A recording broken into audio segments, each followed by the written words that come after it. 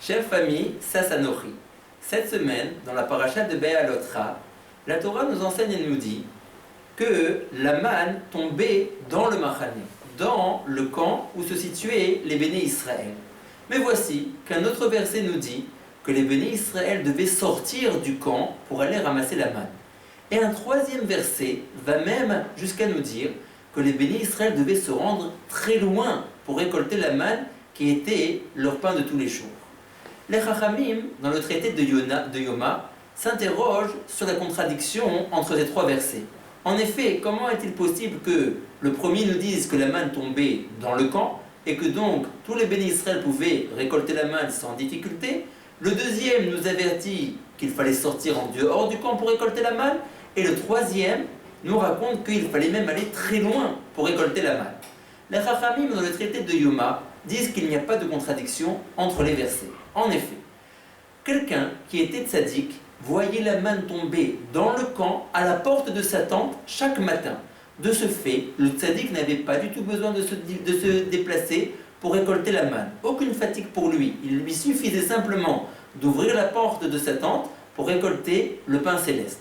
Quelqu'un qui était à un niveau moyen, Benoni, comme nous disent les Chachamim, lui, la manne ne tombait pas devant sa porte. Il devait sortir en dehors du camp, mais pas très loin.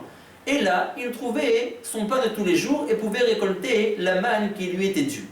Les Rechaïm, les gens impies et mauvais en revanche, non seulement la manne ne tombait pas en face de leur porte, elle ne tombait même pas en dehors du camp, elle tombait très loin en dehors du camp. De ce fait, les Rechaïm devaient faire tous les jours beaucoup de chemin pour recevoir la manne qui était leur nourriture quotidienne. Les Chachamim nous enseignent donc qu'en fonction du niveau de Emuneh, du Bitachon de chacun, Akadosh Baruch Hu lui envoyait la manne. Si quelqu'un avait beaucoup de confiance envers Akadosh Baruch Hu et savait que sa subsistance dépendait complètement du Boré Olam, alors Akadosh Baruch Hu lui faisait tomber la manne en face de sa maison, en face de sa tente. Quelqu'un qui était Bédoni devait lui sortir en dehors du camp et avoir un peu plus de difficulté, de fatigue pour récolter sa manne. Et les Rechaïm, qui n'avaient pas du tout confiance en Akadosh Baruch Hu, ceux-ci devaient sortir très très loin. Le Zohar Akadosh nous dit que les 10 Rechaïm qui avaient la manne qui leur tombait très très loin en dehors du camp étaient les gens qui manquaient de Emuneh et de Bitachon envers Akadosh Baruch Hu. En effet, ceux-ci ne croyaient pas que leur subsistance dépendait de Akadosh Baruch Hu, mais ils étaient persuadés chaque jour qu'il était de leur devoir de se travailler et de se fatiguer pour pouvoir récolter leur manne. Akadosh Baruch Hu leur a donc montré et dit: si vous pensez que tout dépend de vous, vous ne croyez pas en la provenance divine, alors effectivement, vous allez devoir vous fatiguer et parcourir un long trajet pour pouvoir recevoir votre manne. Nous devons faire attention de ne pas ressembler à ces gens qui manquaient de Emouna et qui pensent que toute leur subsistance dépend exclusivement du travail et du labeur que eux fournissent. Nous devons être convaincus d'une manière déterminée que c'est Akadosh Baruch Hu, tous les jours, à tout moment et à tout instant, qui veille à notre subsistance. Le Maguid de Yerushalayim, Rav Mordechai Shuvadron, raconte l'histoire suivante. Il y avait un monsieur à Yerushalayim, à Jérusalem, qui s'appelait Monsieur Gahash. Tous les matins, Monsieur Gahash se levait très très tôt. Il se rendait à une intersection où il y avait beaucoup de voitures, à un carrefour très important de Yerushalayim. Monsieur Gahash se postait à la section de plusieurs grandes routes et il faisait la circulation.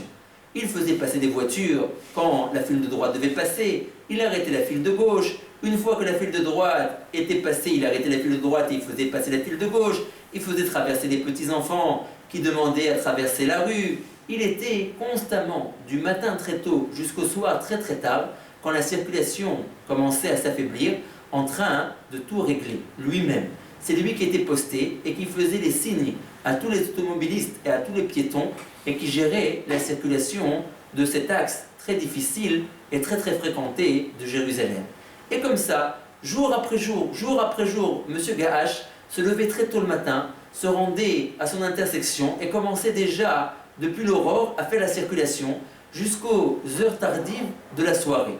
Épuisé et éreinté, M. Gahash rentrait chez lui et s'effondrait sur son lit de fatigue. Effectivement, son travail était un dur labeur. Un jour, en plein milieu de son travail, M. Gahash a été frappé d'une crise cardiaque. On a appelé le SAMU qui l'ont transporté à l'hôpital. Inconscient, après plusieurs jours, M. Gahash est finalement revenu à lui. Et quand il est revenu à lui et que les médecins ont mis au courant de ce qui lui était arrivé et qu'il devait faire très attention à sa santé et ménager son cœur, il leur a expliqué, il leur a dit, mais comprenez-vous bien, c'est moi qui m'occupe de la circulation à un artère très très fréquenté de Jérusalem. De ce fait, je suis toujours soumis à un stress terrible. Je dois faire passer les voitures, je dois me lever très tôt, je dois faire attention aux piétons, je ne peux me coucher que très tard, je suis toujours debout, toujours sur mes pieds, je dois veiller à ce que personne ne double, etc. etc. Les médecins étaient stupéfaits. Ils lui ont dit, mais comment c'est toi qui gères la circulation à cet angle à cet axe de Yerushalayim? Mais il y a des feux rouges, des feux verts, des feux qui indiquent aux piétons quand ils doivent passer, des feux qui indiquent aux voitures quand elles doivent s'arrêter, etc. etc. Qu'est-ce que tu as donc à faire là-bas? Monsieur Gahash leur a dit, non, pas du tout, vous ne comprenez pas, c'est moi qui gère tout. Ils lui ont dit, espèce de stupide homme, tu ne comprends pas que tu fais rien du tout en fait, tu brasses de l'air, tout est déjà géré et réglé par les feux. Alors, les voitures et les automobilistes savent quand passer, et les piétons savent eux quand s'arrêter, ou alors quand les voitures se sont arrêtées, et quand eux doivent passer. Monsieur Gahash était très très surpris. Tout d'un coup, il se rendit compte que absolument rien de la circulation de Yerushalayim à cette artère dépendait de lui. Il a compris que tout était déjà réglé d'un endroit plus haut, qui s'occupait déjà de tout. C'est la même chose, nous devons faire attention à ne pas ressembler à Monsieur Gahash et croire que notre parnassa, notre subsistance, dépend exclusivement de nous et que c'est nous qui devons tout gérer, tout régler du matin très tôt jusqu'au soir très tard par notre dur travail et notre dur labeur. Pas du tout. Akadosh Baruch Hu veille déjà à tout pour nous et à notre place. Nous brassons simplement de l'air.